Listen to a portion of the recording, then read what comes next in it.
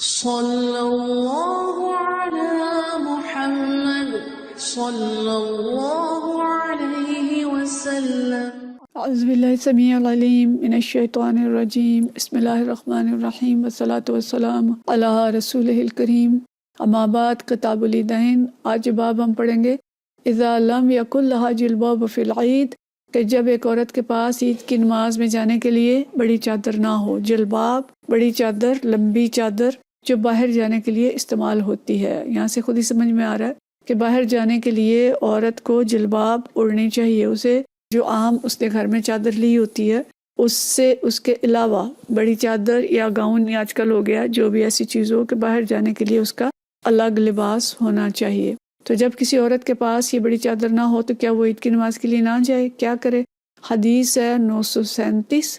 ابو معمر رضی اللہ تعالیٰ عنہ اس کو فرماتے ہیں، حدثنا ابو معمر قال حدثنا عبد الوارث قال حدثنا ایوب بن حفصة بن سیرین قالت كنا نمنع جوارينا ان يخرجن يوم العید، کہ ہم نوجوان لڑکیوں کو منع کیا کرتے تھے کہ وہ عید کے دن نہ نکلیں، یعنی ہم منع کرتے تھے عید کے دن نکلنے کو۔ فجاءت امرأة، تو ہمارے پاس ایک خاتون آئی، فنزلت قصر بنی خلف، جو بنی خلف کے قصر میں اتری یا وہاں پہ وہ آئیں۔ فأتيتها، ہم ان کے پاس آئے یا میں ان کے پاس آئی۔ فحدثت ان زوج اختها غزا مع النبی صلی اللہ علیہ وسلم، تو انہوں نے یہ بات بتائی کہ ان کے بہنوئی یعنی بہن کے میاں جو ہیں نبی صلی اللہ علیہ وسلم کے ساتھ غزوات میں شامل ہوئے۔ کتنے غزوات میں؟ غزا مع النبی صلی اللہ علیہ وسلم مسنتی عشرۃ غزوۃ، 12 غزوات میں شریک ہوئے۔ فکانت اختها معه فی 6 غزوات، اور میری بہن جو ہیں ان کے ساتھ 6 غزوات میں شامل ہوئیں۔ فقالت، تو انہوں نے کہا، فَكُنَّا نَقُومُ عَلَى الْمَرْضَى وَنُدَاوِي الْكَلَمَ، تو ہم کیا کرتے تھے کہ مریضوں کی خبرگیری کرتے تھے اور زخمیوں کا علاج کرتے تھے۔ فقالت یا رسول اللہ صلی اللہ علیہ وسلم، یہ اب ذہن میں رہے کہ یہ جو فرما رہی ہیں یہ وہ جو خاتون آئی تھیں وہ اپنی بہن سے روایت کر رہی ہیں، اور ان کی بہن جو تھیں حضرت ام عطیہ تھی، تو حضرت ام عطیہ کی بات وہ بتا رہی ہیں کہ وہ غزوات میں شامل ہوتی تھیں اور زخمیوں کی مرہم پٹی کرتی تھیں اور مریضوں کی خبرگیری کرتی تھیں۔ تو فقالت، وہ کہتی ہیں انہوں نے حضرت ام عطیہ نے جو ہے فرمایا نبی صلی اللہ علیہ وسلم سے، یا رسول اللہ صلی اللہ علیہ وسلم، الا احدانا بأس اذا لم يكن لها جلباب الا تخرج، کیا ہم میں سے کوئی عورت اگر اس کے پاس جلباب نہ ہو تو کوئی مذائقہ نہیں ہے کہ اس کے پاس چادر نہیں ہے تو اپنے گھر سے نہ نکلے؟ یعنی عید کی نماز کا یہاں ذکر ہو رہا ہے کہ عید کی نماز کے لیے نہ نکلے۔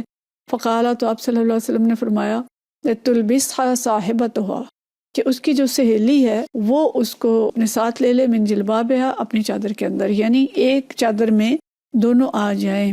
فَلْيَشْهَدْنَ الْخَيْرَ وَدَعْوَةَ الْمُؤْمِنِينَ، اور خیر کے کام کو حاضر ہوں اور مومنین کی دعا میں شامل ہوں۔ قالت حفصہ، تو حفصہ کہتی ہیں، فلما قدمت ام عطیہ، پھر جب ام عطیہ ہمارے پاس آئیں، اتیتها، میں ان کے پاس آئی، فسألتها، یعنی ان کی بہن نے یہ بیان کیا تھا تو ان سے کنفرم کرنے کے لیے، تصدیق کرنے کے لیے وہ کہتی ہیں کہ میں حضرت ام عطیہ کے پاس آئی اور ان سے میں نے پوچھا، اسمعت فی کذا و کذا، کیا یہ سب کچھ جو ہے ایسا ہی ہے جیسا کہ ہم نے سنا ہے، کہ اس قسم کی باتیں آپ نے نبی صلی اللہ علیہ وسلم سے سنی ہیں؟ تو انہوں نے جو جواب دیا، قالت نعم بأبی، کہ ہاں میرے باپ آپ صلی اللہ علیہ وسلم پر قربان ہوں۔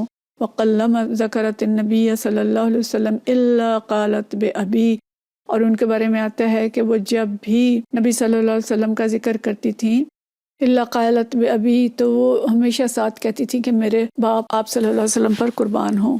قالا، کہتے ہیں، لیخرج العواتق ذوات الخدور، کہ آپ صلی اللہ علیہ وسلم نے یہ فرمایا، یعنی وہ پوچھ رہی ہیں کہ کیا ہم جو نہ کرتے ہیں لڑکیوں کو چادر نہیں ہے تو وہ نہ آئیں؟ قال، آپ صلی اللہ علیہ وسلم نے فرمایا، لیخرج العواتق ذوات الخدور، او قال العواتق وذوات الخدور، کہ شک ایوب رحمۃ اللہ علیہ کو شک ہوا کہ انہوں نے نبی صلی اللہ علیہ وسلم کے جو الفاظ تھے وہ عواتق ذوات الخدور تھے یا عواتق وذوات الخدور تھے، یعنی نوجوان لڑکیاں، پردہ دار نوجوان لڑکیاں، دونوں کے معنی ہو جائیں گے عواتق ذوات الخدور، یعنی پردہ دار نوجوان لڑکیاں، والعواتق، اور نوجوان لڑکیاں، وذوات الخدور، اور پردے والی لڑکیاں۔ اس صورت میں عواتق کا مطلب یہ ہوگا کہ وہ نوجوان ابھی جن کے اوپر بھی پردہ فرض نہیں ہوا اور وہ چھوٹی ہیں، ابھی پردہ نہیں کرتی، تو وہ بھی اور وہ بھی جو پردہ کرتی ہیں دونوں آ جائیں۔ والحیض ویعتزل الحیض المصلح، اور وہ کہتے ہیں کہ یہ نوجوان بچیاں بھی آئیں اور وہ بھی آئیں جن کو حیض آیا ہو۔ یعنی جن کو پیریڈز آئے ہوں، اور جو حائضہ ہے وہ مصلی سے دور رہے یا نماز کی جگہ نہ جائے. وَلْيَشْهَدْنَ الْخَيْرَ وَدَعْوَةَ الْمُؤْمِنِينَ، لیکن وہ خیر کے کاموں میں شریک ہو اور مومنین کی دعاؤں میں شامل ہو. قالت کہتی ہیں قلت لها، میں نے ان خاتون سے یعنی امیتیہ سے کہا، الحیض کہ حیض والی عورتیں بھی آئیں؟ قالت نعم، میں نے کہا جی. الیس الحائض تشہد عرفات، کیا حائضہ عورت عرفات میں نہیں جاتی؟ وتشہد کذا وتشہد کذا، اور فلاں فلاں جگہ پہ نہیں جاتی اور یہ کچھ نہیں کرتی؟ یعنی وہ منی میں بھی جاتی ہیں اور عرفات میں بھی جاتی ہیں. تو یہ تو آپ کو معلوم ہے نا کہ حج کے دنوں میں جو حائضہ عورت ہے وہ صرف حرم میں نہیں جا سکتی، طواف نہیں کر سکتی، نماز نہیں پڑھ سکتی، لیکن وہ عرفات، منی، مزدلفہ وغیرہ میں جا سکتی ہے. تو انہوں نے یہ دلیل دی کہ اگر حائضہ عورت عرفات میں جا سکتی ہے جو اس سے زیادہ مقدس جگہ ہے عیدگاہ کی نسبت، تو عیدگاہ میں کیوں نہیں آ سکتی؟ تو عیدگاہ میں جانے پر اعتراض نہیں ہونا چاہیے. اور اب ہم بھی دیکھتے ہیں کہ ابھی آج کے دور کے جو خاتون ہیں ہر جگہ پھر رہی ہے، بازار میں جاتی ہیں، اداروں میں جاتی ہیں، دوسرے ملکوں میں جاتی ہیں، اسکول اور کالجز میں جاتی ہیں، پڑھاتی ہیں، پڑھتی ہیں، ہر جگہ جا رہی ہوتی ہیں. لیکن جو کچھ پابندیاں ہیں کچھ فرقوں کی طرف سے، تو مسجد میں نہیں جا سکتی عورت اور عیدگاہ میں نہیں جا سکتی، عید کی نماز میں شامل نہیں ہو سکتی. تو یہ ایک عجیب سی بات ہے کہ ان کی عورت بھی ہر جگہ جانے کے لیے آزاد ہے لیکن مسجد میں جانے کے لیے اس پر پابندی ہے.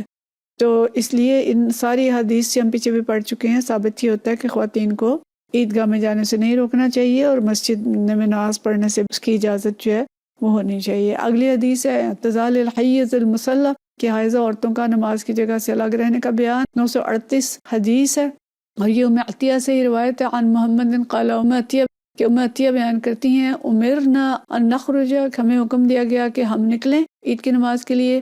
فنخرج الحیض، چنانچہ ہم حائضہ عورتوں، والعواتق اور نوجوان لڑکیوں، وذوات الخدور اور پردہ نشینوں سب کو نکالتی تھیں. قال ابن عون، ابن عون کہتے ہیں اول عواتق ذوات الخدور، کہ نوجوان پردہ نشینوں کو بھی نکالتے ہیں. فاما الحیض، اور جو حیض والی عورتیں ہیں، فلیشہدن، وہ شامل ہوتی تھیں، حدن جماعت المسلمین ودعوتہم، تو دعا میں شریک ہوتی تھیں، یعنی وہ اجتماع میں تو شامل ہو جاتی تھیں، نماز نہیں پڑھتی تھیں. ویعتزلن مصلاہم، اور نماز کی جگہ سے الگ رہتی تھیں، مطلب کہ عید کے اجتماع میں حاضر ہوتی تھیں، دعا میں شامل ہوتی تھیں لیکن نماز میں شریک نہیں ہوتی تھی. تو حائضہ عورت جو ہے عید میں شامل ہو سکتی ہے، خطبے میں شامل ہو سکتی ہے، دعا میں شریک ہو سکتی ہے اور اس کو ہونا چاہیے، لیکن مصلی سے وہ دور رہے گی. تو ان دونوں احادیث سے جو بات ہمیں پتہ چل رہی ہے کہ خواتین کو جس طرح کی اجتماعیت میں شامل ہونا چاہیے اور اجتماعی جگہوں پہ دعاؤں میں اور خیر کے کاموں میں شامل ہونا چاہیے. صحابیات جو ہیں جنگ میں، غزوے میں شامل ہوتی تھیں، پردے کے ساتھ ہوتی تھیں، اور پھر اس کے ساتھ ساتھ مریضوں کی دیکھ بھال بھی کرتی تھیں اور زخمیوں کی مرہم پٹی بھی کرتی تھیں. تو اسلام جو ہے ایک اعتدال کا دین ہے، اعتدال کے ساتھ خواتین جو ہیں وہ اپنی ذمہ داریاں جو ہیں وہ ادا کر سکتی ہیں اور مختلف جگہوں پہ شامل ہو سکتی ہیں. وآخر دعوانا ان الحمد للہ رب العالمین.